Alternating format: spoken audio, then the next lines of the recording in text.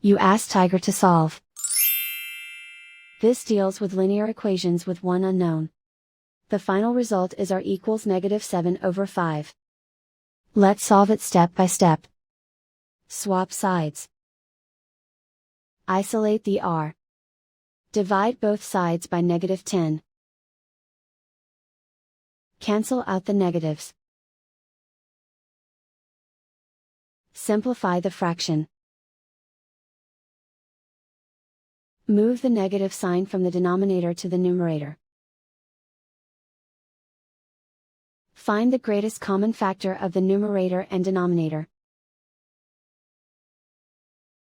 Factor out and cancel the greatest common factor. And so the final result is r equals -7/5.